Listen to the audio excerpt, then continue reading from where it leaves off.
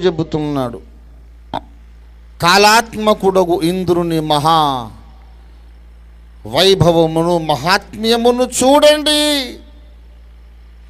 ఆయన నిన్న మరణించి ఉన్నాడు, నేడు తిరిగి బ్రతికి ఉన్నాడు.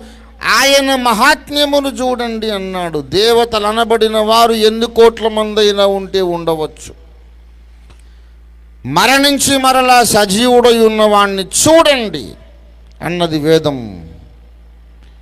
మనం చూడటానికి మరణించి మళ్ళీ లేచిన వాడు మానవ చరిత్రలో కేవలం ఒకే ఒక్కడున్నాడు. ఆయన మరియ కుమారుడు, కన్యకుమారుడు, నజరేయుడైన యేసు. యేసుగాక ఇంకెవ్వరు. మరణించి లేవలేదు. మరణించి లేచిన వాడిని చూడండి అన్నాడు. చూడటానికి మనుషుల మధ్యలో సంచరించాలిగా చూడటానికి.